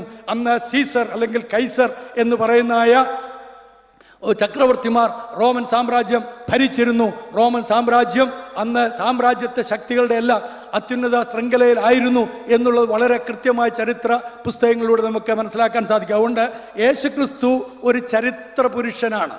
യേശു വെറും ഒരു ഐതിഹ്യ കഥാപാത്രമല്ല, ഒരു കെട്ടുകഥയല്ല, മറിച്ച് ചരിത്രത്തിൻ്റെ ഏടുകളിൽ നിന്ന് വിശുദ്ധ ബൈബിളില്ലെങ്കിൽ പോലും ചരിത്രത്തിൻ്റെ താളുകളിൽ നിന്ന് യേശു എന്ന് പറയുന്ന മഹാത്മാവിനെ നമുക്ക് വീണ്ടെടുക്കാനായിട്ട് സാധിക്കും, അല്ലെങ്കിൽ കണ്ടെത്താനായിട്ട് സാധിക്കും. അദ്ദേഹത്തെക്കുറിച്ച് യഹൂദ ചരിത്രകാരനായിരിക്കുന്ന ജോസിഫസ് വളരെ കൃത്യമായിട്ട് 2-3 കാര്യങ്ങൾ രേഖപ്പെടുത്തിയിട്ടുണ്ട്. ജോസിഫസിന്റെ ദി വാർ എന്ന് പറയുന്ന പുസ്തകത്തിലും, ടെസിറ്റസിന്റെ പുസ്തകത്തിലും, അതുപോലെ സുട്ടോണിയസിന്റെ പുസ്തകത്തിലും യേശുവിനെ കുറിച്ചുള്ള ഒരുപാട് രേഖകൾ കാണാൻ കഴിയും. എന്നാൽ യഹൂദന്മാർ അതിനേക്കാൾ കൂടുതലായിട്ട് ഈ യേശുവിനെ കുറിച്ച് എഴുതിയിരുന്നു. പക്ഷേ നീറോ ചക്രവർത്തിയുടെ കാലത്ത് AD 70 അദ്ദേഹത്തിൻ്റെ ഭ്രാന്ത് മൂത്തതിൻ്റെ ഫലമായിട്ട് യെരുശലേം ദേവാലയവും അതിന് ചുറ്റുപാടുമുള്ള പ്രദേശങ്ങളെല്ലാം കത്തിച്ചു കളഞ്ഞപ്പോൾ അന്ന് ചരിത്രകാരന്മാർ രേഖപ്പെടുത്തി വച്ചിരുന്ന ചരിത്ര ഗ്രന്ഥങ്ങളെല്ലാം തന്നെ കത്തി നശിച്ചു എന്നുള്ള കണ്ടുപിടുത്തങ്ങളും ഈ അടുത്ത സമയത്ത് ഉണ്ടായിട്ടുണ്ട്. അപ്പോൾ ഇതൊക്കെ ചരിത്രത്തിൻ്റെ ഭാഗമാണ്. അപ്പോൾ യേശു ജനിച്ചത് ചരിത്ര കാലഘട്ടത്തിൽ തന്നെയാണ്. നമുക്കറിയാം AD BC എന്ന് പറയുന്ന 2 കാലഘട്ടം. അന്ന് യേശു ജനിക്കുമ്പോൾ AD യും BC യും ഇല്ലായിരുന്നു. അത് നമ്മൾ മറന്നു പോകരുത്. AD യും BC യും ഒക്കെ രൂപപ്പെട്ടത് 1883 അന്നത്തെ ഗ്രിഗറി എന്ന് പറയുന്നതായിട്ടുള്ള ഒരു മാർപ്പാപ്പ, അഭിവന്യ മാർപ്പാപ്പയാണ് ആദ്യമായിട്ട് നമ്മൾ ഇന്ന് ഗ്രിഗറി കലണ്ടർ, അല്ലെങ്കിൽ ജനുവരി, ഫെബ്രുവരി, മാർച്ച്, ഏപ്രിൽ, മെയ്, ജൂൺ, ജൂലൈ, ഓഗസ്റ്റ്, സെപ്റ്റംബർ, ഒക്ടോബർ, നവംബർ, ഡിസംബർ എന്ന് പറയുന്ന ആ 12 മാസ കലണ്ടർ 30ഉം 29ഉം അതേപോലെ 28ഉം അതിവർഷത്തിൽ 29ഉം 31 ദിവസങ്ങളുള്ള ആ കലണ്ടർ കണ്ടെത്തിയത്. അതുകൊണ്ട് തന്നെ യേശു ക്രിസ്തു ജനിച്ചത് ഡിസംബർ 25-ാം തീയതി ആണോ എന്ന് ചോദിച്ചു കഴിഞ്ഞാൽ ഡിസംബർ 25-ാം ഇല്ലായിരുന്നു. അതുകൊണ്ട് തന്നെ ഡിസംബർ 25-ാം തീയതി ആയിരുന്നില്ല. പക്ഷേ യേശു ലോക ചരിത്രത്തിലേക്ക്, പ്രത്യേകിച്ച് ഹെരോദാവിൻ്റെ ഭരണകാലഘട്ടത്തിൽ 35-ാം വർഷത്തിലാണ് യേശു ജാതം ചെയ്തത്. യേശു ജനിച്ചു. ആ ജാതം ചെയ്ത യേശുവിനെ കാണുവാൻ വേണ്ടി കിഴക്കൻ ദേശത്തു നിന്ന് ഒരു പറ്റം ആളുകൾ വന്നു. 3 പേരല്ല, 30 പേരല്ല, 300 അല്ല, 3000 അല്ല, വലിയൊരു ജനം അവിടേക്ക് യേശുവിനെ കാണുവാനായിട്ട് വന്നു. അതിനെക്കുറിച്ചുള്ള ചരിത്രം വേദപുസ്തകത്തിൻ്റെ അടിസ്ഥാനത്തിലും കൂടെ പറയട്ടെ. അതിൻ്റെ പറയാൻ കാരണം വിശുദ്ധ മത്തായി ശ്ലീഹ എഴുതിയ സുവിശേഷത്തിൽ 2-ാം അധ്യായത്തിൽ ഈ വന്നതായിട്ടുള്ള ജനങ്ങൾ ഹെരോദാവിൻ്റെ കൊട്ടാരത്തിലേക്കാണ് വന്നത്. അവർ ചോദിക്കുന്നത്, യഹൂദന്മാരുടെ രാജാവായി പിറന്നവൻ എവിടെ? ഞങ്ങൾ അവൻ്റെ നക്ഷത്രം കിഴക്ക് കണ്ടു, അവനെ ആരാധിക്കുവാനായിട്ട് വന്നു. പ്രൊസ്കോനിയെ എന്ന് പറഞ്ഞു കഴിഞ്ഞാൽ കുമ്പിട്ട് വണങ്ങുക, ആരാധിക്കുക, ദൈവത്തിന് കൊടുക്കുന്നതായ മഹത്വം കൊടുക്കുക എന്നൊക്കെയാണ് ആ വാക്കിൻ്റെ അർത്ഥം. ഞങ്ങൾ ദൈവത്തെ കാണുവാനായിട്ട് വന്നിരിക്കുന്നു. യോഹന്നാന്റെ സുവിശേഷം 1-ാം അധ്യായത്തിൻ്റെ 10-ാം വാക്യം ഞാൻ ഉദ്ധരിച്ചു. ആ വചനത്തിൽ ഇങ്ങനെയാണ് പറയുന്നത്, അവൻ ഭൂലോകത്തിലുണ്ടായിരുന്നു, അവൻ ലോകത്തിലുണ്ടായിരുന്നു, ലോകമോ അവനെ അറിഞ്ഞില്ല. അറിയാത്തവനായ ദൈവത്തെ അറിയിക്കുവാനായിട്ട് നാളുകളായി നമ്മുടെ മഹർഷേശ്വരന്മാർ, നമ്മുടെ ഭാരതം അതിപ്രാചീനമായിട്ടുള്ള സംസ്കാരത്തിൻ്റെ നാന്ദി കുറിച്ചിരിക്കുന്ന ഒരു മഹത്തരമായിട്ടുള്ള ഒരു നാടാണ്. ഈ നാട്ടിൽ അനേക മുനിഭുങ്കുവന്മാരുണ്ടായിരുന്നു, അനേക നമുക്കറിയാവുന്ന പോലെ പ്രവാചകന്മാരുണ്ടായിരുന്നു. അവരൊക്കെ പാടി നടന്നായിട്ടുള്ളൊരു പാട്ടുണ്ട്. അവരുടെയൊക്കെ ഉള്ളിൻ്റെ ഉൾക്കടമായിട്ടുള്ളൊരു ദാഹമുണ്ടായിരുന്നു. അതെന്താണെന്ന് വെച്ച് കഴിഞ്ഞാൽ, ഞങ്ങൾ ഇന്ന് അന്ധതയിലാണ് ജീവിക്കുന്നത്, ഞങ്ങൾ ഇന്ന് തമസ്സിലാണ് ജീവിക്കുന്നത്, ഞങ്ങൾ ഇന്ന് അജ്ഞതയിലാണ് ജീവിക്കുന്നത്, ഞങ്ങൾ മരണത്തിലാണ് ജീവിക്കുന്നത്. ഇതിൽ നിന്നുള്ളൊരു മോചനം ഞങ്ങൾക്ക് തരണമേ. അസത്തോ മാം സദ്ഗമയ, തമസോ മാം ജ്യോതിർഗമയ, മൃത്യോ മാം അമൃതം ഗമയ. ആ പാട്ടിൻ്റെ അല്ലെങ്കിൽ ആ പ്രാർത്ഥനയുടെ ഉത്കടമായിട്ടുള്ള ദാഹത്തിൻ്റെ ഉത്തരമായിട്ട് മശിഹ സർവ്വ ജനത്തിൻ്റെയും സന്തോഷമായിട്ട് ബെത്ലഹേം എന്ന് പറയുന്ന സ്ഥലത്ത് ജാതം ചെയ്തു. അവൻ ജനിച്ചപ്പോൾ അവന് വേണ്ടി സ്തുതിഗീതങ്ങൾ പാടുവാൻ ഭൂമിയിൽ ആരും ഉണ്ടായിരുന്നില്ല. ആദ്യത്തെ ക്രിസ്മസ് കരോൾ നടത്തിയത് സ്വർഗത്തിൽ നിന്ന് ദൂതവൃന്ദങ്ങൾ ഇറങ്ങി വന്നിട്ടാണ്. ആ ദൂതവൃന്ദങ്ങൾ മനോഹരമായൊരു പാട്ടുപാടി. എന്താണെന്നുള്ളത് നിങ്ങൾക്കൊക്കെ അറിയാം. അത്യുന്നതങ്ങളിൽ ദൈവത്തിന് മഹത്വം. അത്യുന്നതനായിരിക്കുന്ന ദൈവം ഭൂമിയിൽ മനുഷ്യനോട് പ്രസാദം കാണിച്ചുകൊണ്ട് മനുഷ്യനോട് കൂടെ വസിക്കുവാൻ, മനുഷ്യനും ദൈവവും തമ്മിലുള്ള അകൽച്ച പരിഹരിച്ചിട്ട് അവനെ തൻ്റെ സ്വന്തമാക്കുവാൻ വേണ്ടി ഇതാ വന്നിരിക്കുന്നു എന്നുള്ള ആ വലിയ സദ്വർത്തമാനം ദൂതവൃന്ദങ്ങൾ ലോകത്തിന് നൽകി തന്നു. പ്രിയമുള്ളവരെ, അത് മനുഷ്യരല്ല പാടിയത്, സ്വർഗത്തിൽ നിന്നുള്ള ദൂതന്മാരാണ്. നിങ്ങൾ കേട്ടിട്ടുണ്ടാകും യേശു എന്നുള്ള വാക്ക്. പലപ്പോഴും യേശു ഒരു മതസ്ഥാപകനായിട്ട് ക്രിസ്ത്യാനികളുടെയൊക്കെ കുത്തകയായിട്ടൊക്കെ പറയാറുണ്ട്. ഞാൻ പലപ്പോഴും പറയാറുണ്ട്, ഞാനൊരു ക്രിസ്ത്യാനിയെ അല്ല. അപ്പോൾ നിങ്ങൾ ചോദിച്ചേക്കും, പിന്നെ എന്തിനാ അച്ഛനായത്, ലോകമൊക്കെ ഇട്ട് അച്ഛനായത് എന്തിനാണ്? ഞാൻ ക്രിസ്തു അനുഗാമിയാണ്. ക്രിസ്തു അനുഗാമി ശുശ്രൂഷകനാണ്, ശുശ്രൂഷിക്കാൻ വേണ്ടിയിട്ടുള്ളവനാണ്. അപ്പോൾ ആ ശുശ്രൂഷകനായിരിക്കുന്ന എന്നെ ഈ ദൗത്യത്തിലേക്ക് വിളിച്ചിരിക്കുന്നത് എൻ്റെ എൻ്റെ മഹാപുരോഹിതനായിരിക്കുന്ന, ശ്രേഷ്ഠ മഹാപുരോഹിതനായിരിക്കുന്ന യേശു ക്രിസ്തുവാണ്. അപ്പോൾ ആ ഒരു ബോധ്യം എന്നിൽ ഉള്ളത് കൊണ്ടാണ് ഞാൻ യേശുവിൻ്റെ ആയിരിക്കുന്നത്. അപ്പോൾ യേശു ഒരു മതത്തിൻ്റെ വാക്താവല്ല, സർവ്വ ജാതികൾക്കും സർവ്വ വർഗത്തിനും സർവ്വ മതക്കാർക്കും സർവ്വ മാനവർക്കുമുള്ള രക്ഷയുടെ ഏക വഴി, ഏക സത്യം, ഏക ജീവൻ അവനാകുന്നു എന്നുള്ള ആ വലിയ സദ്വർത്തമാനമാണ് ദൂതവൃന്ദങ്ങൾ അന്ന് ഉച്ചരിച്ചത്. അത് കേട്ടതായിട്ടുള്ള ആളുകൾ ഈ പറഞ്ഞായിട്ടുള്ള വിദ്വാൻമാരടക്കം അവർ യേശുവിനെ കണ്ട് ആരാധിക്കാനായിട്ട് വരികയുണ്ടായി. കാരണം നമുക്കറിയാം, യേശു ക്രിസ്തു തന്നെ ആരാധിക്കണമെന്ന് ഒരിക്കൽ പോലും ആരോടും പറഞ്ഞിട്ടില്ല. യേശു ക്രിസ്തു നമ്മളെ സൃഷ്ടിച്ചതും അവനെ ആരാധിക്കാനായിട്ടല്ല. പലപ്പോഴും ആളുകൾ അങ്ങനെ ഒരു തെറ്റിദ്ധാരണയിലൂടെ കടന്നു പോകുന്നുണ്ട്. ആരാധിക്കാൻ വേണ്ടി അല്ല ദൈവം മനുഷ്യനെ സൃഷ്ടിച്ചത്, 4 കാര്യങ്ങൾക്ക് വേണ്ടിയിട്ടാണ്. ഒന്ന്, മനുഷ്യൻ കുടുംബജീവിതം നയിച്ച് ഭാര്യഭർത്തൃ ബന്ധത്തിലൂടെ സന്താനങ്ങളെ ഉൽപ്പാദിപ്പിക്കുക എന്നുള്ള ഒരു ഉത്തമമായ ഉദ്ദേശം. രണ്ടാമത്തേത്, മനുഷ്യൻ വേല ചെയ്യാൻ വേണ്ടി, ജോലി ചെയ്യാൻ വേണ്ടിയിട്ടാണ്. പണിയെടുക്കണം, മനുഷ്യരെല്ലാം പണിയെടുക്കണം, അധ്വാനവർഗമാകണം, തൊഴിലാളികളാകണം. കാരണം ഞാൻ വിശ്വസിക്കുന്ന ദൈവം തൊഴിലാളി വർഗത്തിൻ്റെ ഉടയവനെന്ന് മാത്രമല്ല, ആ ദൈവം തൊഴിലാളിയും കൂടിയാണ്. എൻ്റെ ദൈവം, ഞാൻ വിശ്വസിക്കുന്ന ദൈവമാണ് ആദ്യം മണ്ണിൽ പണിയെടുത്തത്. അവൻ തൊഴിലാളിയാണ്, ദൈവം തൊഴിലാളിയാണ്. അതുകൊണ്ട് സഖാക്കളോട് എനിക്കൊരു സദ്വർത്തമാനം പറയാനുണ്ട്. ഞാൻ വിശ്വസിച്ചിരിക്കുന്ന എൻ്റെ ദൈവം, ഞാൻ ആരാധിക്കുന്ന എൻ്റെ ദൈവം, നിങ്ങൾ വിശ്വസിക്കുന്ന, നിങ്ങൾ ആചരിക്കുന്ന, അല്ലെങ്കിൽ നിങ്ങൾ മനസ്സിലാക്കി വെച്ചിരിക്കുന്ന തൊഴിലാളികളുടെയൊക്കെ നേതാവ് മാത്രമല്ല, അവൻ തൊഴിൽ ചെയ്യുന്നവനും കൂടിയാണ്. അവൻ തൊഴിൽ ചെയ്തതിൻ്റെ ഫലമായിട്ടാണ് ഈ ഭൂമണ്ഡലം ഉണ്ടായത്. അവൻ തൊഴിൽ ചെയ്തതിൻ്റെ ഫലമായിട്ടാണ് ഞാനും നിങ്ങളും സൃഷ്ടിക്കപ്പെട്ടിരിക്കുന്നത്. അതുകൊണ്ട് തൊഴിൽ ചെയ്യുന്നവനാണ് ദൈവം. മനുഷ്യർ തൊഴിൽ ചെയ്യണം, കൃത്യമായി പണിയെടുക്കണം, നോക്കുകൂലി മേടിക്കരുത്, കൃത്യമായി പണിയെടുത്ത് മാത്രമേ കൂലി വാങ്ങിക്കാവൂ എന്ന് ദൈവം വളരെ കർക്കശമായിട്ട് തൻ്റെ ജനത്തോട് അരുളി ചെയ്തിട്ടുണ്ട്. അപ്പോൾ ദൈവം തൊഴിലാളിയായിരിക്കുന്ന ദൈവം മനുഷ്യനുമായിട്ടുള്ള സഖിത്വം വീണ്ടെടുക്കുവാൻ തക്കോണം ഇടയായിത്തീരുമ്പോഴാണ് വാസ്തവത്തിൽ മനുഷ്യനെ സൃഷ്ടിച്ചിരിക്കുന്നതിൻ്റെ ആ അർത്ഥം പൂർണ്ണമാകുന്നത്. മൂന്നാമതായിട്ട്, മനുഷ്യനെ തോട്ടം സൂക്ഷിക്കുവാനായിട്ടാണ്, കാവൽ കാക്കുവാൻ അഥവാ തോട്ടം സംരക്ഷിക്കാൻ വേണ്ടിയിട്ടാണ്. അതുകൊണ്ട് വ്യക്തി ജീവിതങ്ങളെയും കുടുംബ ജീവിതങ്ങളെയും സാമൂഹ്യ ജീവിതങ്ങളെയും രാഷ്ട്രീയ ജീവിതങ്ങളെയും സൂക്ഷിക്കുവാൻ തക്കോണം എല്ലാ മനുഷ്യർക്കും ഉത്തരവാദിത്വമുണ്ട്. നമ്മൾ പ്രത്യേകിച്ച് ഭാരതീയരായിരിക്കുന്ന നമുക്ക് ഒരു ഉത്തരവാദിത്വമുണ്ട്. നമ്മുടെ സഹപൗരന്മാരോടുള്ള ഉത്തരവാദിത്വം, നമ്മുടെ രാഷ്ട്രത്തോടുള്ള ഉത്തരവാദിത്വം, അത് കൃത്യമായി നിയമം ലംഘിക്കാതെ നിയമവിധേയമായിക്കൊണ്ട് തന്നെ അത് പൂർണ്ണമായി നിറവേറ്റുവാനുള്ള ഉത്തരവാദിത്വം ഓരോ ഭാരതീയനും ഓരോ രാജ്യക്കാരനും അവർക്ക് അനുശാസിച്ചിരിക്കുന്ന നിയമങ്ങളുടെ വ്യവസ്ഥകൾക്കുള്ളിൽ നിന്നുകൊണ്ട് ഉണ്ട് എന്നുള്ളത് തിരുവചനം വളരെ കൃത്യമായിട്ട് പഠിപ്പിക്കുന്നുണ്ട്. അതുകൊണ്ട് ഞാൻ ഈ നിയമത്തെ പാലിക്കാൻ ജാഗ്രത ഉള്ള ഒരു വ്യക്തിയായിരിക്കണം, അങ്ങനെ തന്നെ ആയിരിക്കണം എന്നാണ് എൻ്റെ ആഗ്രഹം. നാലാമതായിട്ട്, സകലത്തെയും പരിപാലിക്കുക എന്നുള്ളതാണ് മനുഷ്യനെ സൃഷ്ടിച്ചതിൻ്റെ ഉത്തരവാദിത്വം. സകലത്തെയും പരിപാലിക്കുക, ഭൂമിയെ പരിപാലിക്കുക, പ്രകൃതിയെ പരിപാലിക്കുക. അതിനെ കണ്ണാമുണ്ണം വെട്ടി നുറുക്കാൻ വേണ്ടിയിട്ട് മനുഷ്യന് അവകാശമില്ല. വൃക്ഷങ്ങൾ നട്ടുപിടിപ്പിച്ചതും വൃക്ഷങ്ങൾ വളർന്നു വരുന്നതും മനുഷ്യന് നന്മയ്ക്ക് വേണ്ടിയിട്ടാണെങ്കിൽ അവയെ സംരക്ഷിക്കാനുള്ള ഉത്തരവാദിത്വമുണ്ട്. ഇതിനു വേണ്ടിയിട്ടാണ് മനുഷ്യനെ സൃഷ്ടിച്ചത്, അല്ലാതെ ദൈവത്തെ ആരാധിക്കാനല്ല. ആരാധന എന്ന് പറയുന്നത് ദൈവം ആരാണെന്ന് അറിഞ്ഞു കഴിയുമ്പോൾ ഒരുവൻ്റെ ഉള്ളിൽ നിന്ന് ഉയർന്നു വരുന്ന ഒരു അനുഭൂതിയാണ് ആരാധന. ഓരോ വ്യക്തിയും ദൈവവുമായിട്ടുള്ള ബന്ധത്തിൽ എത്തിച്ചേരുമ്പോൾ അവൻ്റെ ഉള്ളിലുണ്ടാകുന്ന ഒരു അനുഭൂതിയാണ്. ആ അനുഭൂതിയെ ആർക്കും തടസ്സപ്പെടുത്താൻ കഴിയുകയില്ല. അവൻ ആരാധിക്കും. അതിന് പ്രത്യേകമായ വ്യവസ്ഥകളൊന്നും ആവശ്യമില്ല. അവൻ ഏത് സമയത്തും എവിടെയും ദൈവത്തെ ആരാധിക്കാനായിട്ട് സാധിക്കും. ഞാൻ മണിപ്പൂരിൽ കഴിഞ്ഞ വർഷങ്ങളിൽ വളരെ ശക്തമായ പ്രതിസന്ധികളുടെ സമയത്ത് ആദ്യമായിട്ട് അവിടെയൊക്കെ ഓടിച്ചെല്ലുവാൻ ദൈവം എനിക്ക് കൃപ തന്നു. ജൂൺ മാസം 7-ാം തീയതി, മെയ് മാസം 3-ാം തീയതിയാണ് അവിടെ കലാപം ഉണ്ടാകുന്നത്.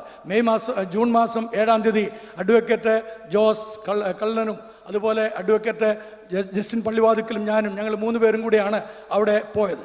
അവിടെ ചെന്ന് കഴിഞ്ഞപ്പോൾ കണ്ട കാഴ്ച, ദൈവത്തെ ആരാധിക്കാനായിട്ട് ആഗ്രഹിക്കുന്നതായിട്ടുള്ള ഒരു പറ്റം ആളുകൾ അവരെ കാടിനോട് ചേർന്ന് ചെറിയ ടെൻറ്റ് കെട്ടിയിട്ട് അവിടെ ഇരുന്ന് ദൈവത്തെ ആരാധിക്കുന്ന കാഴ്ച കണ്ടു. നമുക്കറിയാം, അവിടെ അനേക കുടുംബങ്ങൾ കത്തി നശിപ്പിക്കപ്പെട്ടു, പല വ്യക്തികളെയും ചുട്ടുകരിച്ചു.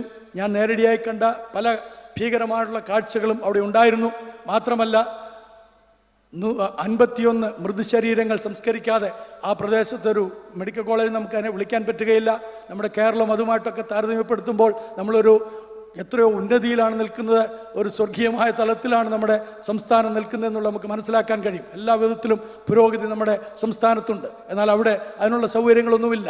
ഈച്ച അലിക്കുന്നതായിട്ടുള്ള മൃതശരീരങ്ങൾ അവർക്ക് ചില ഡിമാൻഡ്സ് ഉണ്ട്, അത് പൂർത്തീകരിച്ചാൽ മാത്രമേ അവരുടെ ശവസംസ്കാരം നടക്കുകയുള്ളൂ എന്നവരെ നിർബന്ധം പിടിക്കുകയായിരുന്നു. അപ്പം അങ്ങനെയുള്ള ആ സ്ഥലങ്ങൾ ഛത്തീസ്ഗഡിൽ അതിൻ്റെ തലേ വർഷത്തിൽ ഞാൻ പോയിരുന്നു. അവിടെയും വീടുകൾ കത്തിക്കുക, എരിച്ചു കളയുന്ന ഒരു സമ്പ്രദായം, ആളുകളെ കത്തിക്കുക, അങ്ങനത്തെ ഒരു സമ്പ്രദായം, മനുഷ്യനോട് കാണിക്കുന്ന ഭയങ്കരമായ ക്രൂരത. അപ്പം ഇതിനൊക്കെ അമാന്തമുണ്ടാകാൻ, ഇതിനൊക്കെ മാറ്റം വരുത്തുവാൻ തക്കവണ്ണം ഒരു രക്ഷിതാവിനെ കണ്ടെത്തുന്നത് മനുഷ്യന് ഏറ്റവും ആവശ്യമാണ്. മനുഷ്യൻ രക്ഷിതാവിനെ കണ്ടെത്തി കഴിയുമ്പോഴാണ് യഥാർത്ഥത്തിൽ പിശാചിൻ്റെ അടിമത്തത്തിൽ നിന്ന് ദൈവത്തിങ്കിലേക്ക് മാനസാന്തരപ്പെടാൻ കഴിയുള്ളൂ. അതുകൊണ്ടാണ് ഈ മശിഹ വന്നിട്ട് ആദ്യമേ പ്രസംഗിച്ചത്. മശിഹയുടെ ആദ്യത്തെ പ്രസംഗം എന്താണെന്ന് അറിയണ്ടേ? മാനസാന്തരപ്പെട്ട് സുവിശേഷത്തിൽ വിശ്വസിപ്പീൻ. മാനസാന്തരപ്പെടുക, സുവിശേഷത്തിൽ വിശ്വസിക്കുക. എന്താണ് സുവിശേഷം? ഏദൻ തോട്ടത്തിൽ പിതാവായ ദൈവം പുത്രനായ ക്രിസ്തുവിനെ കുറിച്ച് പറഞ്ഞതായ വചനം, അതാണ് സുവിശേഷം. ആ സുവിശേഷമായിരിക്കുന്ന ക്രിസ്തു യേശു ലോകത്തോട് പറയുകയാണ്, സുവിശേഷം വന്നിരിക്കുന്നു, അതുകൊണ്ട് നിങ്ങൾ മാനസാന്തരപ്പെടുക, എന്നിൽ വിശ്വസിക്കുക. അങ്ങനെയുള്ള ആ മശിഹയുടെ ജാതത്തിൽ ഇതാ വിദ്വാൻമാർ വന്നു. ആ വിദ്വാൻമാർ ഞാൻ പറഞ്ഞല്ലോ, അവരൊക്കെ അബ്രഹാമിൻ്റെ സന്തതി പരമ്പരയിൽപ്പെട്ടവരായിരുന്നു. അതിനെക്കുറിച്ച് വിവരിക്കാൻ സമയം അനുവദിക്കാത്തതുകൊണ്ട് നിർത്തട്ടെ. ഈ വിദ്വാൻമാർ വന്നിട്ട് യേശുവിനെ കണ്ട് അവൻ്റെ മുമ്പാകെ അവൻ ആരാകുന്നെന്ന് അറിഞ്ഞുകൊണ്ട് അവൻ്റെ മുമ്പാകെ പൊന്ന്, മൂര്, കുന്തിരിക്കം ഇവ കാഴ്ചയായിട്ട് അർപ്പിച്ചു. ഇത് മൂന്ന് ഓഫീസിനെ കാണിക്കുന്നതാണെന്നുള്ള ഞാൻ സൂചിപ്പിച്ചു. ഒന്ന്, യേശുവിൻ്റെ മരണത്തെ കാണിക്കുന്നതാണ്, അവൻ മരിക്കാനായിട്ട് ജനിച്ചവനാണ്. 2, ആ മരിക്കുന്നവനായ ക്രിസ്തു ഉയർത്തെഴുന്നേറ്റിട്ട് പിതാവായ ദൈവത്തിൻ്റെ അടുക്കൽ എനിക്ക് നിങ്ങൾക്ക് വേണ്ടി മഹാപൗരോഹിത്യ ശുശ്രൂഷ ചെയ്യും, യാചന ചെയ്യും എന്നുള്ളതിൻ്റെ അടയാളമായിട്ടുള്ള കുന്തിരിക്കം. അതേപോലെ തന്നെ മൂര്, കർത്താവിൻ്റെ മരണത്തെയും, അവൻ രാജാതി രാജാവാണ്, അവൻ വാഴാൻ വരുന്നു, എൻ്റെയും നിങ്ങളുടെയും ജീവിതങ്ങളിൽ അവൻ വാഴും. നാം അവൻ്റെ ജീവിതത്തിലേക്ക് നമ്മുടെ ജീവിതത്തെ ഒന്ന് ഏൽപ്പിച്ചു കൊടുത്താൽ, അവൻ്റെ കൈകളിലേക്ക് നമ്മുടെ ജീവിതത്തെ ഏൽപ്പിച്ചു കൊടുത്തു കഴിഞ്ഞാൽ അവൻ നമ്മളിൽ വാഴാൻ ആരംഭിക്കും എന്നുള്ളതിൻ്റെ അടയാളമായിട്ടുള്ള രാജാതി രാജാവായിരിക്കുന്ന അവൻ്റെ മുമ്പാകെ അവർ പൊന്ന് സമർപ്പിച്ചു. അപ്പോൾ ഒരു പറ്റം ആളുകൾ വന്നു. അവർ ഒരുമിച്ച് ഈ ജീവനുള്ള യേശു ക്രിസ്തുവിനെ, സത്യദൈവത്തെ ആരാധിച്ചു. അവൻ എന്നെ ആരാധിക്കണമെന്ന് പറഞ്ഞിട്ടല്ല, ആരാധ്യനായിട്ടുള്ളവനെ കണ്ടു കഴിയുമ്പോൾ ആരും പറയാതെ തന്നെ അവനെ ആരാധിക്കാൻ സാധിക്കുമെന്നുള്ളതാണ് വിദ്വാൻമാർ നമ്മളെ പഠിപ്പിക്കുന്നത്. അതുകൊണ്ട് എന്നെ കേൾത്ത എൻ്റെ ജനമേ, സ്നേഹത്തോടെ നിങ്ങളെ ഓർപ്പിക്കട്ടെ, നമുക്ക് ആരാധിക്കാൻ അർഹതപ്പെട്ടവൻ, അല്ലെങ്കിൽ ആരാധനയ്ക്ക് യോഗ്യൻ ഒരുവനേ ഉള്ളൂ. നമ്മളെയൊക്കെയും നമ്മുടെ പാപങ്ങളിൽ നിന്ന് രക്ഷിച്ച് ദൈവത്തിങ്കിലേക്ക് മടക്കിക്കൊണ്ടുവന്ന് ദൈവമക്കളാക്കി തീർക്കുവാൻ കഴിവുള്ളവനായ അവൻ ജനിച്ചത് തന്നെ മരിക്കാൻ വേണ്ടിയിട്ടാണ്. കാൽവറി കുരിശിലേക്കുള്ള പ്രയാണത്തിൻ്റെ മധ്യേ അവൻ വന്നുപെട്ടത് കാലിത്തൊഴുത്തിലാണ്. അവിടുന്നുള്ള പ്രയാണം കാൽവറി മലയിൽ വെച്ചിട്ടായിരുന്നു അവസാനിച്ചത്. അവിടെ വെച്ച് അവൻ കല്ലറയിലേക്ക് ഇറങ്ങി 3-ാം ദിവസം കല്ലറയെ ഭേദിച്ചുയർത്തെഴുന്നേറ്റ് ജീവിക്കുന്നവൻ, രാജാതി രാജാവും കർത്താതി കർത്താവും സർവശക്തനുമായിട്ടുള്ളവൻ, അവൻ വീണ്ടും വന്ന് നമ്മുടെയൊക്കെയും ജീവിതത്തിന് വലിയ ആത്മീക തലം മാത്രമല്ല, സ്വർഗരാജ്യത്തിലേക്കുള്ള പ്രവേശനം സമൃദ്ധിയായിട്ട് തരും. അത് സ്വീകരിക്കാൻ ഈ ക്രിസ്മസ് നാൾ ഇടയാക്കട്ടെ എന്നുള്ള പ്രാർത്ഥനയോടെ, സമയം അല്പം വൈകിപ്പോയെങ്കിൽ എന്നോട് ക്ഷമിക്കണമെന്നുള്ള യാചനയോടെ വാക്കിൽ നിന്ന് വിരാമം കുറിക്കുന്നു. നന്ദി, നമസ്കാരം.